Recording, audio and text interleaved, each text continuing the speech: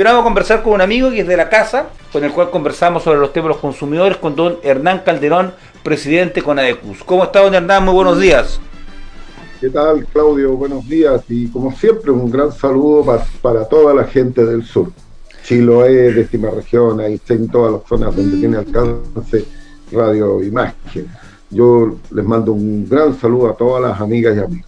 Don Hernán, no puedo partir este conversatorio que tenemos toda la semana con usted hablando sobre el cuarto retiro del 10%. Hay una mirada del gobierno ya de no generar ningún retiro, el cuarto, o sea, no darle admisibilidad al cuarto retiro del 10%, incluso llegar hasta el Tribunal Constitucional. ¿Cuál es tu mirada, cuál es tu posición, teniendo presente que hay mucha gente que lo está esperando para poder generar emprendimiento, para poder pagar deuda? Recordemos que la inyección de estos 40.000 millones de dólares a la economía local, del primer, segundo y tercer retiro del 10%, fueron el músculo de la gente, pero para pagar deuda, para generar emprendimiento, no para un mal gasto, como muchos pensaban. Ya, en consecuencia, ¿cuál es tu posición respecto al cuarto retiro del 10%? Bueno, mira, agregar algunas cosas. En los retiros anteriores hay que tomar en cuenta que ya hay cerca de 1 millón de personas que se puso al día en sus deudas. Estamos en una baja histórica de la morosidad DICOM. De cerca bordeando los 5 millones, y día estamos un poquito más de 4. O sea, la gente, los ciudadanos, las personas han sido sumamente responsables con estos retiros. Les ha permitido cancelar deudas que tenían y que eran prácticamente impagables. Con esto han pagado las deudas. Por eso el gran comercio, el retail, los bancos se han visto totalmente beneficiados, porque hoy día la tasa de morosidad bajó. Fíjate que la tasa de morosidad bajó. Está en los más bajos de los últimos años, ya que veníamos en una alza galopante de la morosidad, producto de los retiros de fondos de AFP. Empezó a disminuir y ya llevamos van a haber cerca de 1 millón de personas que se han puesto al día y han salido de los registros de morosidad. Mira lo importante que ha sido los retiros de fondos de AFP. Las personas han tenido un alivio económico y han podido cancelar sus deudas, ponerse al día con deudas que ya se habían transformado en impagables. Eso es el primer efecto. El segundo efecto que han tenido estos retiros es que muchas personas pudieron concretar proyectos que tenían postergado por años. Por ejemplo, ampliar su casa, mejorar su calidad de vida, comprar bienes que le dan mejor calidad de vida. Por lo tanto, ese aspecto no es mirado cuando se oponen a un cuarto retiro. Ahora, el cuarto retiro está bastante complejo, porque hay un candidato presidencial que es Sichel, que ha amenazado a sus parlamentarios que si votan el cuarto retiro favorablemente, él les va a quitar el apoyo y no va a estar con ellos. Los tiene amenazados. Eso me parece gravísimo, que un candidato presidencial esté amenazando a sus parlamentarios que lo apoyan, que si apoyan un cuarto retiro, él no va a salir con ellos ni en la foto, no los va a apoyar y por lo tanto corren el riesgo de no salir. Bueno, y eso ha tenido sus efectos, porque también el gobierno tampoco quiere que haya un cuarto retiro. Ahora, si nosotros pensamos que una de las excusas que se tiene es que un cuarto retiro podría dejar aproximadamente 5 millones de personas sin fondos. Esa es una de las excusas, y de que le haría un grave daño al sistema de pensiones. No hay que primero decirlo. Cuando hablan de sistema de pensiones, no es un sistema de pensiones lo que tenemos nosotros. Lo que tenemos es un ahorro forzado, un ahorro forzoso que obliga a los trabajadores a ingresarles una cuenta de ahorro personal, pero que además la administración se lleva una tajada importante de esos ahorros. Y lo hemos visto con las utilidades que tienen las AFP. Pero claramente aquí entre una persona, hace pocos días en un canal de televisión, una señora decía, mire, yo tengo 14 millones en la AFP.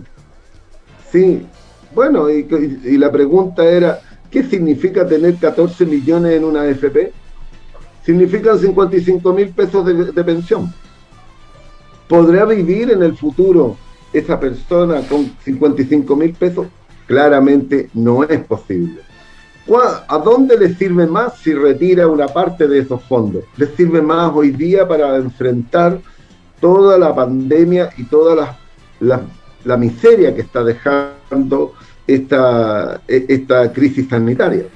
Lógicamente, de que si esa persona retira, tiene la posibilidad de seguir teniendo un ingreso, calidad de vida. Y lo que hace, al contrario, el gobierno es que dice de que prefiere un IFE, que es de 177.000 pesos, que es la pensión básica solidaria.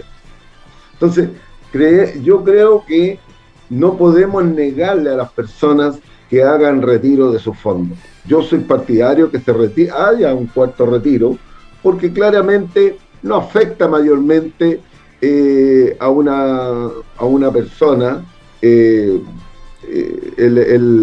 el fondo la pensión final que va a tener. Si retirara una persona que retira el máximo, que son aproximadamente 150 UF, que son 104 millones y medio aproximados, eso es como 10.000 pesos finales en menor pensión. Claro. No es más que eso, son 10.000 pesos, una cosa así, lo que va a obtener menos de pensión esa persona en el final de su vida laboral. Por lo tanto, que sean 10.000, 5.000, 10.000 pesos menos, da lo mismo. Hoy día las personas necesitan tener la seguridad y la tranquilidad que van a poder tener ingresos en sus hogares, que van a poder pagar sus cuentas. Muchos también están pagando créditos hipotecarios. Muchas veces ese IFE que se le piensa dar a esas personas no alcanza, a duras penas alcanzaría para pagar los servicios básicos y un poquito más, pero no tiene la posibilidad de tener mejorar su calidad de vida o mantener el estándar de vida que tiene hoy día la gente. Por lo tanto, oponerse a un cuarto retiro no nos parece razonable. A mí me parece muy bien lo que dijo una diputada, que le dijo a un diputado que se oponía al cuarto retiro, le dijo, yo no sé si usted podrá vivir con 177.000 pesos. Claro. La diputada Pamela Giles enfrentó a un diputado y le dijo, yo voy a apoyar el cuarto retiro porque creo que nadie vive con 177.000 pesos. Si usted se opone, vive con 177.000 pesos para ver si puede vivir. Por lo tanto, yo le encuentro, tiene toda la razón. Son fondos propios. Pero además, Claudio, lo que ha sucedido con el Fondo E.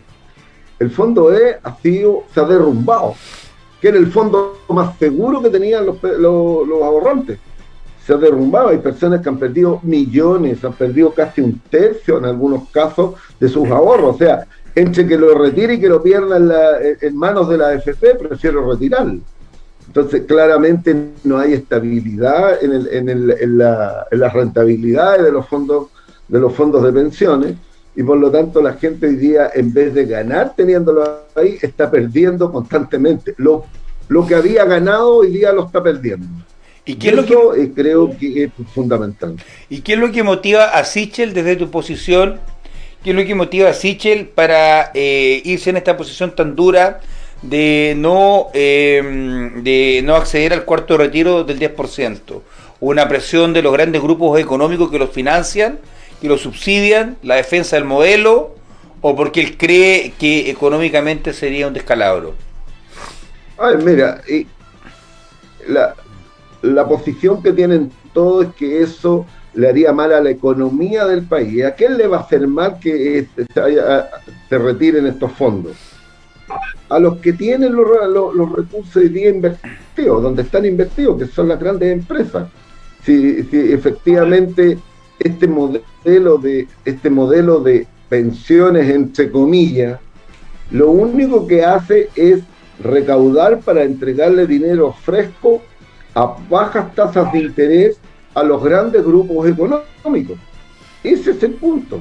Claro. Esto no está pensado para entregar mejores pensiones, está pensado para poder incentivar al mercado, para poder invertir, para que los grandes holdings, las grandes empresas crezcan. Eso es lo que ha producido la explosión y el gigantismo que han ido creando las grandes empresas chilenas, que han salido incluso a conquistar el mundo. Han salido fuera de Chile a conquistar países vecinos, países de Latinoamérica, incluso hasta de Europa. ¿Por qué? Porque tienen dinero fresco a muy baja tasa de interés.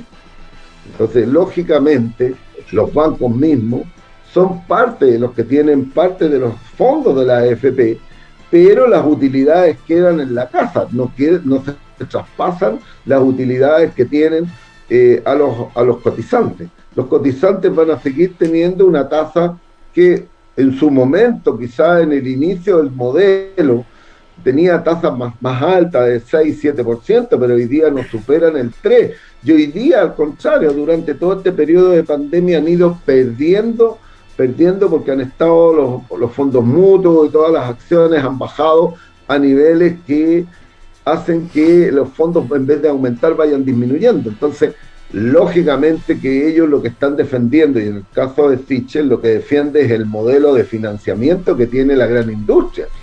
Claro. Porque en la medida de que se van vendiendo acciones y van dejando participación, las AFP están recuperando dinero y esas acciones quedan en el mercado y empiezan a bajar y no tienen tanta liquidez como tenían anteriormente. Lógicamente que aquí lo que se necesita es un sistema más robusto, es un sistema distinto.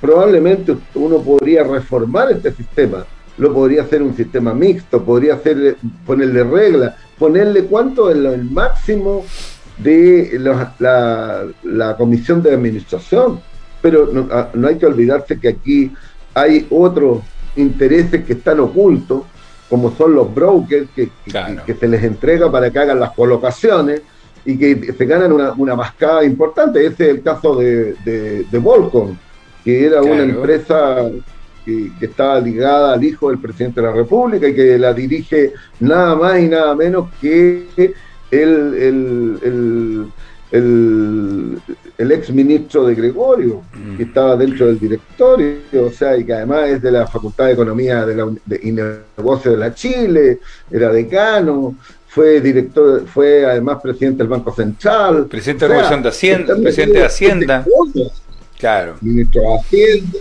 o sea, ahí estamos, y estos señores han encontrado que eso se ponen, porque esto les permite de que en una intermediación, hay empresas que se dedican a hacer intermediación para poder instalar y colocar acciones, pero en algunos casos ellos mismos, los expertos pierden.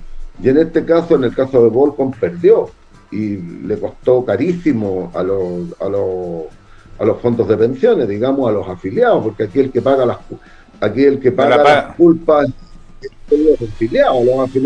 Las AFP invierten bien, ganan, pero si invierten mal, pierde el afiliado, a ellos no les sale nada. Recuerden, no hay que olvidar que esto se modificó, porque antes sí tenían responsabilidad cuando hacían pérdidas, pero en el periodo del presidente Lagos se cambió y ya no tienen responsabilidad, pues toda la carga de cuando hay pérdida la soporta el afiliado.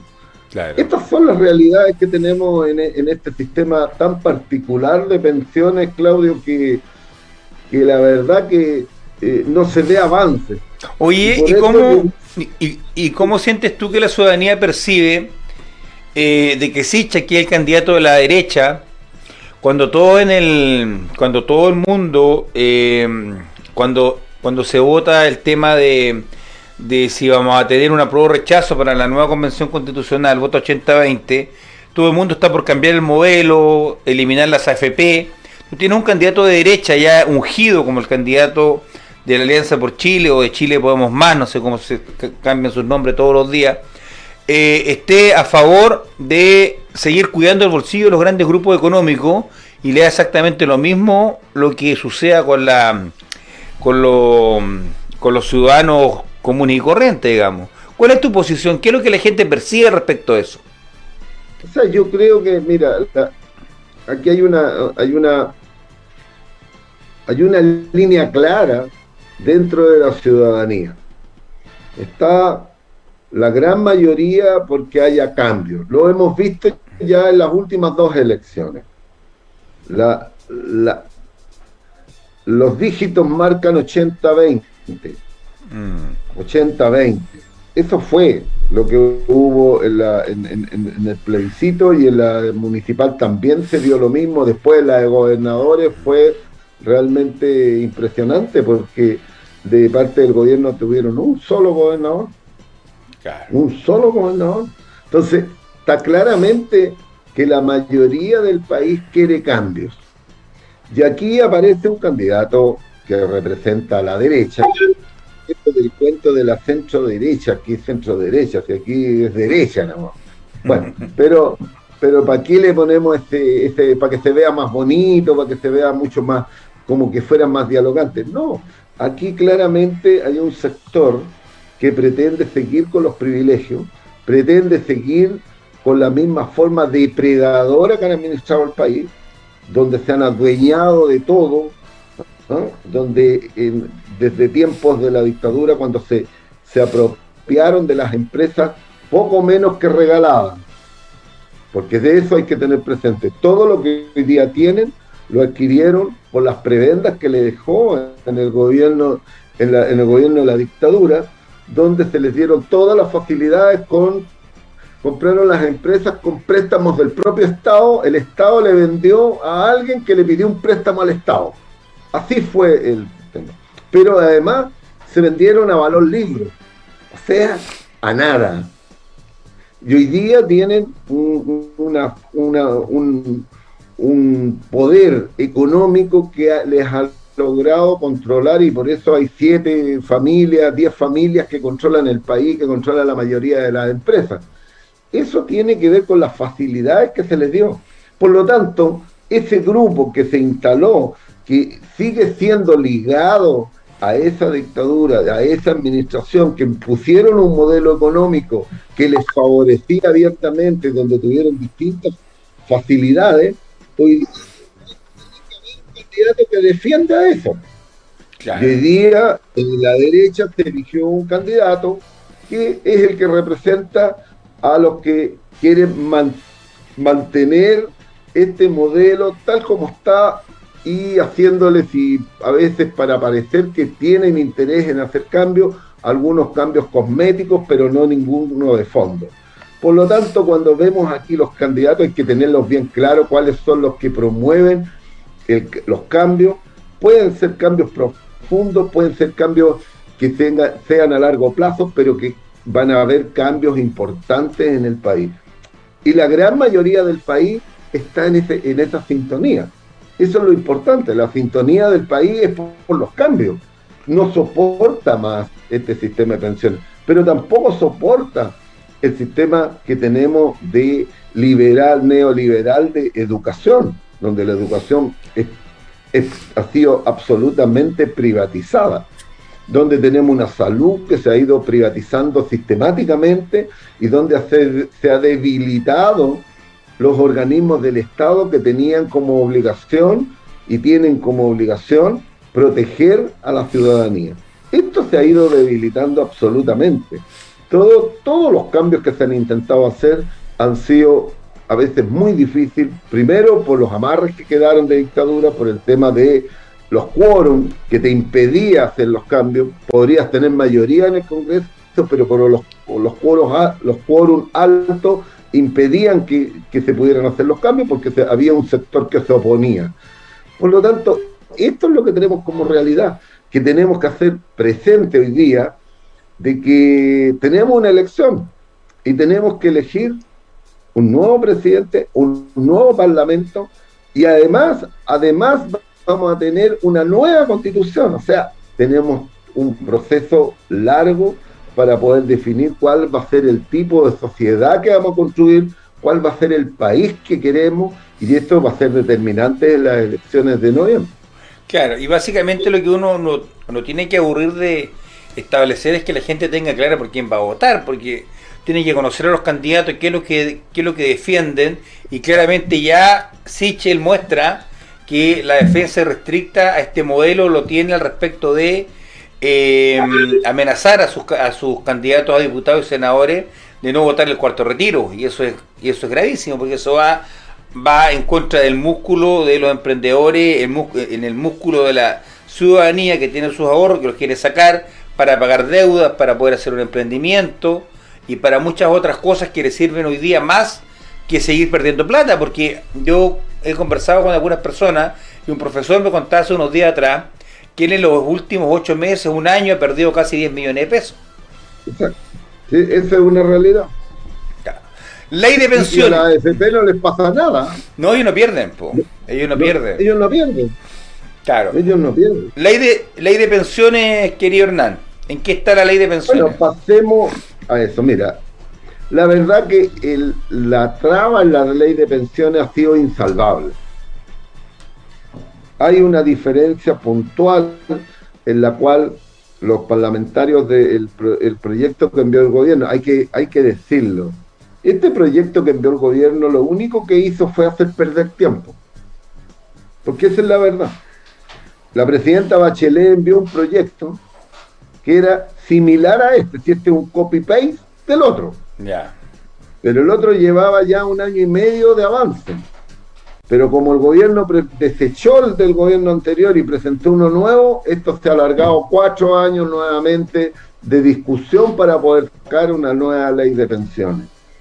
Entonces hoy día ha habido acuerdo en general, pero hay un punto que está en discusión, y es cuál es el modelo del sistema de pensiones. Si va a seguir siendo un modelo donde nuevamente los trabajadores van a tener que van a hacer un ahorro forzoso y van a tener que con este nuevo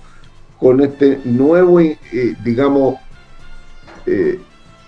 aporte que se va a establecer por parte de los empleadores, que se habla de un 6%, pero donde la diferencia está en que el gobierno quiere que ese 6% se vaya para las AFP.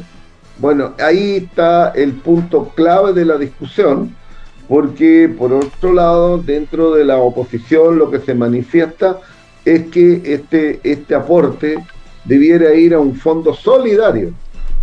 Y con eso, ¿qué es lo que hace? Y además rebajar el tema de las pensiones al momento de pensionarse solamente hasta la expectativa de vida, o sea, regular el tema de la tabla de mortalidad que le llaman. La tabla de mortalidad hoy día para los hombres está alrededor de los 80 años, y por lo tanto lo que se manifiesta ahí es que cualquier cálculo de pensión debe ser solamente hasta la expectativa de vida y no la sobreexpectativa o la cuarta edad que muchos hablan, que llega hasta los 110 años.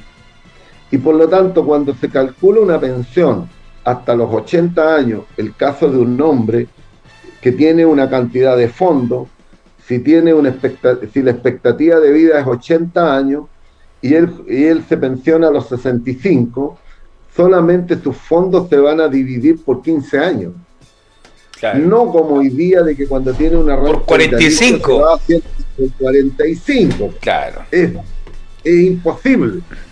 Entonces claramente las pensiones son miserables, porque claramente con dividir los fondos que tiene por 45 años no es lo mismo que dividirlos por 15. Y ese es uno de los puntos de desencuentro. Y el otro punto es que lo que manifiesta, yo comparto eso, de que este sea un sistema mixto.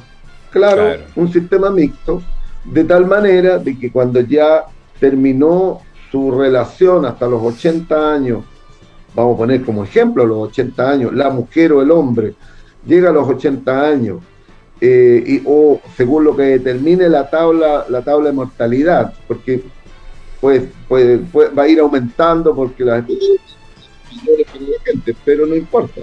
Pongamos el ejemplo que son 80 años.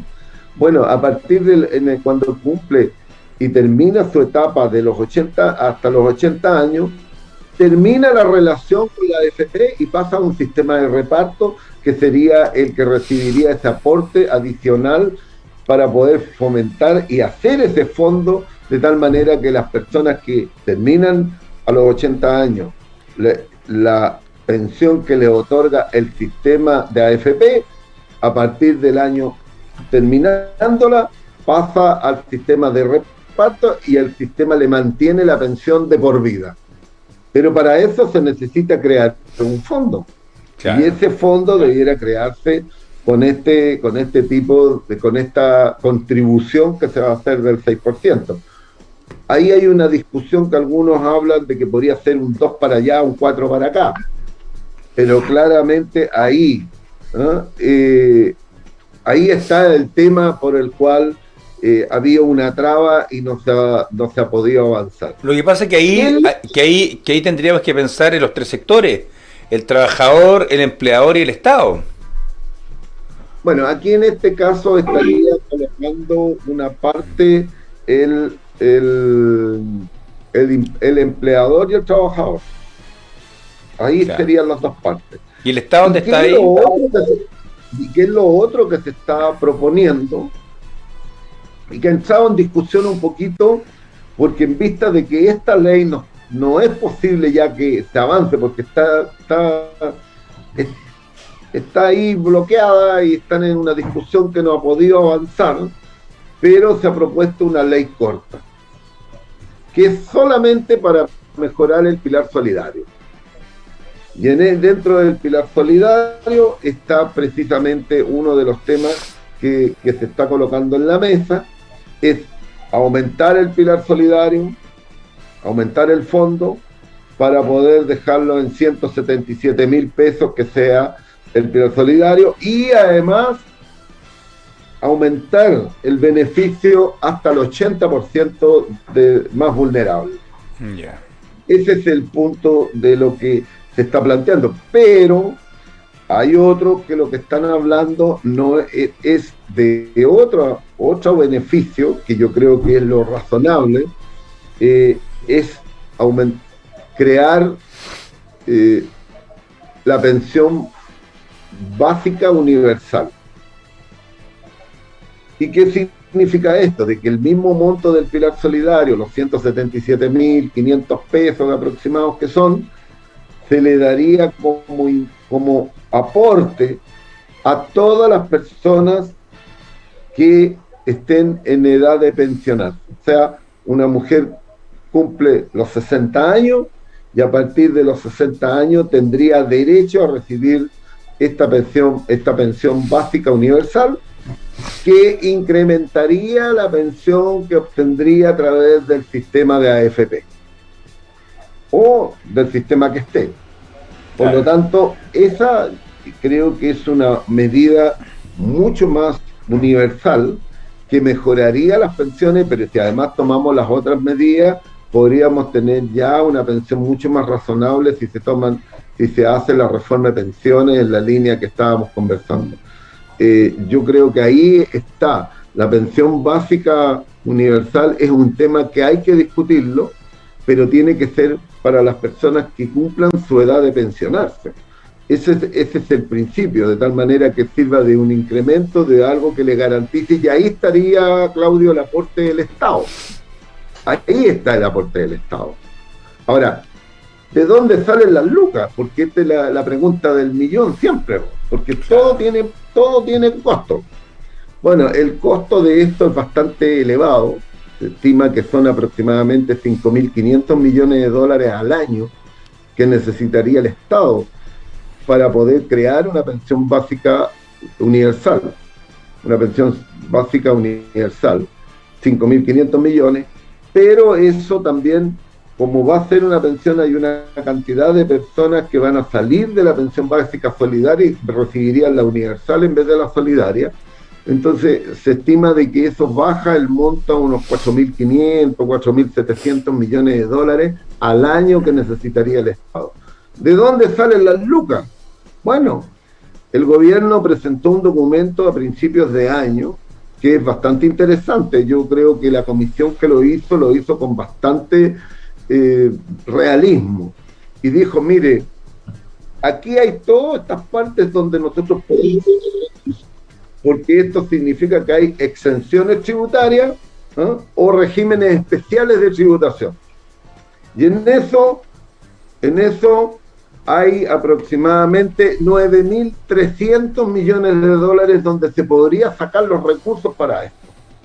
Por lo tanto, espacio para poder hacer una reforma tributaria, para poder llegar a estos montos, existen. Las platas existen, porque no podemos seguir teniendo estos regímenes especiales o estas exenciones que hacen de que los que grandes empresas o grandes o sectores del industria tengan beneficios que le permitan pagar menos impuestos que lo que paga la mayoría de los chilenos. Y ahí salen las lucas para poder hacer un proyecto de este tipo. Yo creo que yo he estado con la gente de impuestos internos, hemos estado conversando justamente y ellos han dicho claramente esto, aquí está, hay 9.300 millones si eliminamos todas las exenciones y todos los regímenes especiales. Bueno, el gobierno dice de que está dispuesto a hacer algunos ajustes tributarios para lograr esos recursos, pero para eso se necesitan iniciativas. Claro. Hernán, hay un tema que a ustedes les debe complicar mucho, que es el veto presidencial que acaba de instalar el gobierno en contra de la ley pro consumidores. ¿Cuál es la mirada y cuál es la posición que tienen ustedes respecto a este veto presidencial? Mira, en el veto presidencial nosotros estamos de acuerdo, porque lo que salió despachado de la Cámara, del Senado, la verdad que no favorece nada a los consumidores, Claudio. Ya. No favorece nada. O sea, al consumidor impedirle que pueda recibir ofertas con una tarjeta determinada, no le favorece. Es una oportunidad que tiene. Pero nosotros lo que hemos planteado y lo que le pedíamos al gobierno es que enviara un veto sustitutivo de tal manera de que las personas, una vez que compran con esa tarjeta determinada de una tienda exclusiva, el consumidor pudiera prepagar con cualquier medio de pago, que puede ser efectivo, tarjeta RUT, tarjeta de débito, tarjeta prepago, la tarjeta que la persona considere necesaria. Pero el gobierno nuevamente equivocó y mandó una cosa confusa que no determina, lo único que dice es que tiene que entregarte información. Y en ese sentido creo que el gobierno se equivocó nuevamente. O sea, no era eso lo que esperábamos. Esperábamos que el gobierno dijera claramente, mire, aquí los consumidores tienen derecho a ocupar cualquier medio de pago.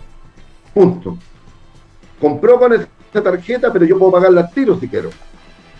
Pero con cualquier medio de pago. O si quiero la pago en 30 días, sin comisiones y sin intereses. Eso fue lo que le pedimos al gobierno. Pero el gobierno equivocó el camino nuevamente y quedó la controversia otra vez. Quedó la controversia y yo creo que el veto va a ser rechazado. Esa es la realidad, Claudio. Claro. Esa es la realidad. Ya, oye, y las reuniones que ustedes tuvieron con las comisiones de la Cámara de Diputados, con el Senado, ¿en qué quedan ahí? ¿En qué quedan? ¿Hay mucho lobby por el lado de las empresas? ¿Qué es lo que sucede ahí? Mira, que ustedes como consumidores no se han escuchado? Todo lo que pasó en la comisión fue pero terrible. Una comisión que no quiso abrir la discusión. No quiso abrir la discusión. Se cerró la discusión. Nosotros le pedimos a la comisión de que abriera la discusión, pero no fue posible y por lo tanto salió lo que dijo la comisión, dándole a conocer de que nosotros no estábamos de acuerdo con esta forma como estaba legislado.